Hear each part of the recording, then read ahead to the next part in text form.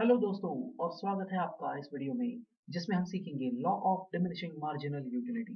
दोस्तों आइए समझते हैं बिल्कुल सिंपल सी भाषा में क्या है ये law of diminishing marginal utility. सबसे पहले हमको इस लॉ को जानने के लिए ये समझना होगा कि यूटिलिटी का मतलब क्या है। हम कहते हैं डिमिनिशिंग मार्जिनल यूटिलिटी, लेकिन सबसे पहले यूटिलिटी का मतलब जानना बहुत जरूरी है दोस्तों। तो यूटिलिटी का मतलब होता है कि उपयुक्तता, किसी भी चीज की, किसी भी कमोडिटी की यूज कितना है आपके लिए। सिंपल भाषा में the want satisfying power of a commodity is termed as utility. तो किसी भी कमोडिटी, चाहे वो पानी हो, खाना हो, टीवी देखना हो, मूवी देखना हो, घूमने जाना हो, कोई भी कमोडिटी क्यों ना हो, उससे आपको मिलने वाला सेटिस्फैक्शन कितना है, उस सेटिस्फैक्शन की वैल्यू को कहा जाएगा यूटिलिटी। अब अगर यूटिलिटी को देखा जाए तो यूटिलिटी दो तरह की हम यहाँ पे यूज करने वाले हैं। टाइप्स ऑफ यूटिलिटी हम इसको कहेंगे। पहला होता है टोटल यूटिलिटी। टोटल यूटिलिटी का मतलब होता है the aggregate sum of satisfaction and benefits.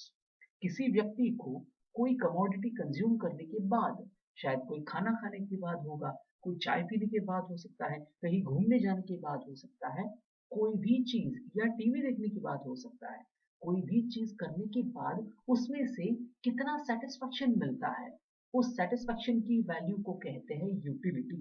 तो अगर उसको मिलने वाली टोटल सेटिस्फेक्शन का एडिशन अगर हम कर लें, हर तरह का सेटिस्फेक्शन का टोटल कर लें, तो हमें मिल जाएगा टोटल यूटिलिटी। और उसी तरह से आता है मार्जिनल यूटिलिटी। तो मार्जिनल यूटिलिटी का मतलब है दोस्तों, एवरी एडिशनल यूनिट के बाद में, हर एक एक्स्ट्रा यूनिट कंज्यूम करने के बाद में कितना सेटिस्फेक्शन उसे मिलता है, कितना सेटिस्फेक्शन प्राप्त होता है हर एक एडिशनल यूनिट कंज्यूम करने के बाद, उसको कहते हैं मार्जिनल यूटिलिटी। आइए तो अब देखते हैं law of diminishing marginal utility का स्टेटमेंट क्या है। ये स्टेटमेंट कहता है as a consumer consumes more and more units of a specific commodity, the satisfaction derived from each successive unit goes on decreasing। जी हाँ दोस्तों, क्या कहते हैं ये स्टेटमेंट कि अगर आप किसी चीज को एक के बाद एक के बाद एक ऐसे एडिशनल यूनिट्स आप जितने कंज्यूम करते जाओगे, उतना ही उससे मिलने वाला सेटिस्फैक्शन ये घटते जाता है दोस्तों। जी क्या खूब कहा है। बिल्कुल, यही एक्सपीरियंस हमको भी आता है। अज्यूम कीजिए कि आप बहुत थके हुए आ रहे हो, कहीं से चल कर आ रहे हो, 2 किलोमीटर चल कर आए हो और आपको बड़ी प्यास लगी है। अब प्यास लगने के बाद आपने एक ठंडे पानी का ग्लास पूरा पी लिया। आपको बहुत अच्छा लगा, बहुत सुकून मिला, बहुत ज्यादा सेटिस्फेक्शन मिला। लेकिन ये हुआ पहले ग्लास का सेटिस्फेक्शन। अगर वो ग्लास खत्म करते ही आपको लगता है कि नहीं और पानी पीऊं, तो और आप दूसरा ग्लास जब पीते हो, तो दूसरे ग्लास से मिलने वाला सेटिस्फेक्शन ये पहले ग्लास से मिलने वाले सेटिस्फेक्शन के कंपैरिजन में काफी कम होता है। और इसके बाद में अगर आप तीसरा और ग्लास पिएंगे या चौथा ग्लास पिएंगे, तो एक लिमिट को आपको ऐसा लगेगा कि अब पानी नहीं पीना चाहिए। लेकिन अगर उसके बाद भी आप कंज्यूम करते गए, तो उससे सेटिस्फेक्शन मिलने की बजाय आपको डिससेटिस्फेक्शन क्रिएट करना हो जाएगा। इसका मतलब उससे आपको तकलीफ होना शुरू हो जाएगा दोस्तों। इसी कंसेप्ट को कहा गया है the law of diminishing marginal utility. Consumption of each every extra unit results into the decrease in the satisfaction। Example देखते हैं दोस्तों। एक कोई भूखा व्यक्ति है जिसको बहुत भूख लगी है और मतलब समझ लीजिए 2 दिनों से खाना ही नहीं खाया है उस व्यक्ति ने। तो जब उसको आप खाना देते हो, चलिए अज्यूम करते हैं आपने उसको एप्पल दिए खाने को, तो जब वो ये पहला एप्पल कंज्यूम करेगा तो उसको कितनी खुशी मिलेगी, कितना सेटिस्फेक्शन मिलेगा। उसके बाद में वो दूसरा एप्पल कंज्यूम करेगा, उसको सेटिस्फेक्शन मिलेगा, लेकिन पहले से मिला उतना तो नहीं मिलेगा, पहले से कम ही मिलेगा। फिर आप उसको तीसरा देते हो, फिर चौथा देते हो, फिर पांचवा देते हो। दोस्तों अब उसका पेट भर चुका है, अब उसको सेटिस्फेक्शन जो है वो सेटिस्फेक्शन की मैक्सिमम लेवल पहुंच चुका है। इसके बाद में अगर आप उसको फिर से एडिशनल एप्पल्स कंटिन्यूअसली देते रहते हो दोस्तों, तो क्या होगा, उसका सेटिस्फेक्शन जो है वो कम होते होते जीरो हो जाएगा, और इनफैक्ट अगर ज्यादा खाएगा तो उससे तकलीफ भी हो सकती है। तो इसका मतलब सेटिस्फेक्शन का कन्वर्जन ये डिससेटिस्फेक्शन में हो सकता है। और इसी तरह से law of diminishing marginal utility काम करता है दोस्तों। आई होप इस एग्जाम्पल से आपको कंसेप्ट समझ में आ गया होगा। अगर नहीं आया है तो और एक एग्जाम्पल देखते हैं। अज्यूम कीजिए आप अपने क्लास में बैठे हो और 4 घंटे की कंटिन्यूअस क्लासेस इकोनॉमिक्स की चली है, और उसके बाद में आपको ऐसे लगता है कि भाई सिर भारी हो रहा है, तो क्यों ना मैं कैंटीन जाकर एक चाय का मजा लूं। तो आप कैंटीन अकेले जाते हो और आप एक एक कप चाय ऑर्डर करते हो, और वो चाय का कप पीने के बाद आपको जो सेटिस्फेक्शन मिलता है, आहा हा, बहुत बढ़िया लगता है आपको। लेकिन उसके तुरंत बाद आपके कुछ दोस्त वहां पे आ जाते हैं, और आप वहां से निकलने ही वाले हो, उतने में आपके दोस्त आ जाते हैं और वो कहते हैं कि भाई हमारे साथ भी तुम्हें एक चाय पीनी ही होगी। अब दोस्त तो है तो आप मना कर नहीं सकते। अब आप जाते हो उनके साथ और एक चाय पीते हो दोस्तों, और एक कप चाय। लेकिन जो सेटिस्फेक्शन आपको पहली चाय ने दिया था, पहले कप ने, क्या वही सेटिस्फेक्शन दूसरा कप देगा?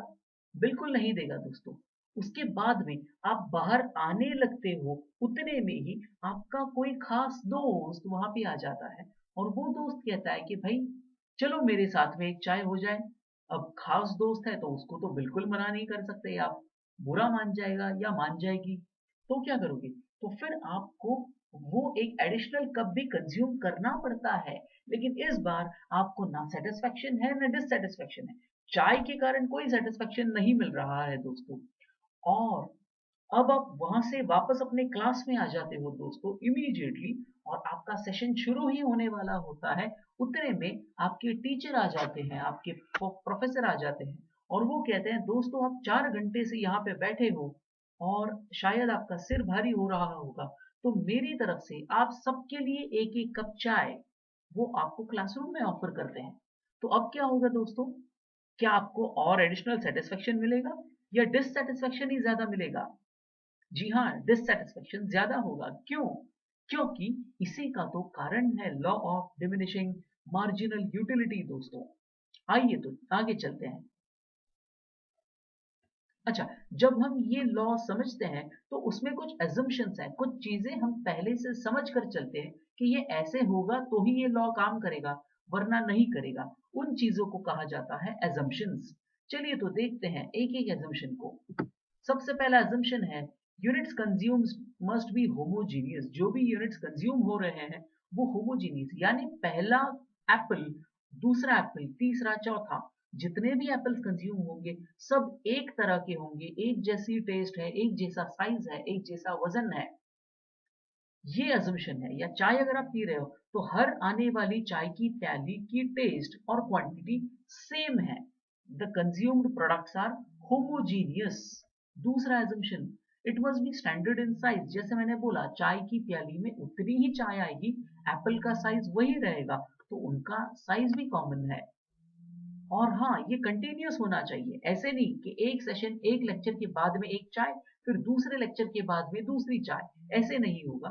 कंटिन्यूअसली एक चाय खत्म हुई तो तुरंत दूसरे मिनट दूसरी चाय, तुरंत तीसरे मिनट तीसरी चाय, इस तरह से ये कंटिन्यूअस कंजम्पशन होगा इन चीजों का। One commodity must be consumed at a time. मतलब अगर आप चाय कंज्यूम कर रहे हो तो चाय के साथ में ना तो आपके पास बिस्किट है, ना टोस्ट है, ना केक है, ना कुकीज है। अगर उसके क्योंकि अगर उसके साथ में कुछ हो तो आपका प्रेफरेंस चेंज हो जाता है, पॉसिबिलिटी है कि आप ज्यादा कंज्यूम कर जाओ। इसीलिए अज्यूम्ड है कि उसके साथ में और कोई भी कमोडिटी कंज्यूम्ड नहीं है। ये भी बहुत इंपॉर्टेंट है, इनकम मस्ट बी कांस्टेंट। यानी जो कंज्यूम करने वाला है उसका इनकम कांस्टेंट रहना चाहिए, वरना जैसे इनकम बढ़ता है तो कंजम्पशन भी बढ़ने लगता है। तो ऐसी ऐसी स्थिति में इनकम भी कांस्टेंट है, ये भी अजम्पशन उतना ही इंपॉर्टेंट है दोस्तों। एंड नो सब्सटीट्यूट और कॉम्प्लीमेंट इज इंट्रोड्यूस्ड। यानी चाय के बदले आप कॉफी ले लो, कोल्ड ड्रिंक ले लो, ऐसा कोई ऑप्शन आपको नहीं है। चाय के बाद चाय ही मिलने वाली है, तो ना ही कोई कॉम्प्लीमेंट्री चीज है जैसे चाय बिस्कुट या टोस्ट मैंने कहा, या ना ही कोई सब्सटीट्यूट अवेलेबल है उस चीज के लिए। तो ऐसी स्थिति में ये सारे assumptions को पकड़कर law of diminishing marginal utility काम करता है दोस्तों। अब देखते हैं law of diminishing marginal utility का शेड्यूल। शेड्यूल में देखा जाए तो पहले कॉलम में है क्वांटिटी कंज्यूम्ड, कितने यूनिट्स आप कंज्यूम करते हो वो इस कॉलम में दिया है, that is the quantity consumed. दूसरे कॉलम में है मार्जिनल यूटिलिटी। मार्जिनल यूटिलिटी हमने पहले भी बात की है, इसका मतलब हर एक एडिशनल यूनिट कंज्यूम करने के बाद आपको कितना सेटिस्फेक्शन मिलता है, उस सेटिस्फेक्शन को कहेंगे मार्जिनल यूटिलिटी।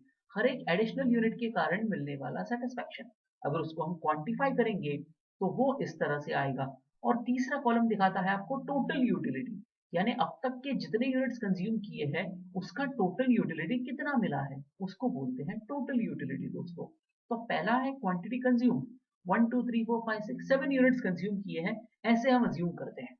तो इसमें पहला यूनिट कंज्यूम करने पर, यानी किसी भूखे आदमी ने पहला एप्पल खाने पर उसको 10 यूनिट्स का सेटिस्फेक्शन मिलता है, लेकिन वही व्यक्ति जब दूसरा यूनिट कंज्यूम करता है तो सेटिस्फेक्शन 8 यूनिट्स का ही मिलता है, थर्ड यूनिट पर 6 मिलता है, फोर्थ यूनिट पर 4 मिलता है, 5 यूनिट्स पर 2, 6 यूनिट पर 0 और 7वें यूनिट पर ये मार्जिनल यूटिलिटी जो है, ये यूटिलिटी नहीं डिसयूटिलिटी बन जाती है, सेटिस्फेक्शन का डिससेटिस्फेक्शन बन जाता है और आपका यूटिलिटी वैल्यू नेगेटिव में चला जाता है दोस्तों। जी हाँ दोस्तों, एडिशनल कंजम्पशन के कारण आपका ये मार्जिनल यूटिलिटी कंटिन्यूसली कम कम होता है, एक पॉइंट पर जीरो पहुंच जाता है और उसके बाद में ये जीरो के नीचे भी जा सकता है दोस्तों। इसके बाद देखते हैं टोटल यूटिलिटी। टोटल मतलब एक यूनिट के लिए टोटल 10 ही है, सेकंड यूनिट के लिए 10 प्लस 8 मतलब 18 यूनिट्स है, तीसरे के लिए 10 प्लस 8 प्लस 6 24 है, फोर्थ के लिए इसमें ऐड 4 तो 28 है, पांचवे के लिए और दो ऐड हो जाएंगे तो 30, छठे में मार्जिनल जीरो है तो टोटल यूटिलिटी भी सेम रहेगा 30, और सातवें में मार्जिनल यूटिलिटी जब निगेटिव बन गई है तो आपका टोटल यूटिलिटी भी घटने लगता है, it starts decreasing, the total utility also starts decreasing. आइए तो अब इसको अगर हम ग्राफ पर प्लॉट करते हैं तो ये कैसा दिखेगा समझते हैं। जी, तो ये है हमारा law of diminishing marginal utility का ग्राफ। देखिए एक्स एक्सिस पर जो है हमने क्वांटिटी प्लॉट की है, क्वांटिटी कंज्यूम यानी कितनी क्वांटिटी कंज्यूम की वो एक्स एक्सिस पर दिखाया गया है, वाई एक्सिस पर यूटिलिटी दिखाई गई है, ये यूटिलिटी के यूनिट्स है, यहाँ पर जीरो है दोस्तों, ये यूटिलिटी है, इसके ऊपर पॉजिटिव नंबर्स है, इसके नीचे नेगेटिव नंबर्स है, और ये इंडेक्स हमको बताता है, रेड लाइन रेड कर्व जो है that is of total utility and this blue line is of marginal utility. Blue line is of marginal utility and red line is of total utility. तो अगर हम देखते हैं total utility it started from zero, पहले बढ़ा एक point तक पहुंचा and then it has started decreasing, और marginal utility ये कंटिन्यूसली डिक्रीज ही हो रही है, हर एडिशनल यूनिट के साथ में मार्जिनल यूटिलिटी डिक्रीज हो रही है। तो ये बन गया हमारा graph law of diminishing marginal utility का। अब समझते हैं relationship between total utility and marginal utility, इन दोनों यूटिलिटीज में क्या रिलेशनशिप है, आइए समझते हैं इसको कुछ ही मिनट्स में।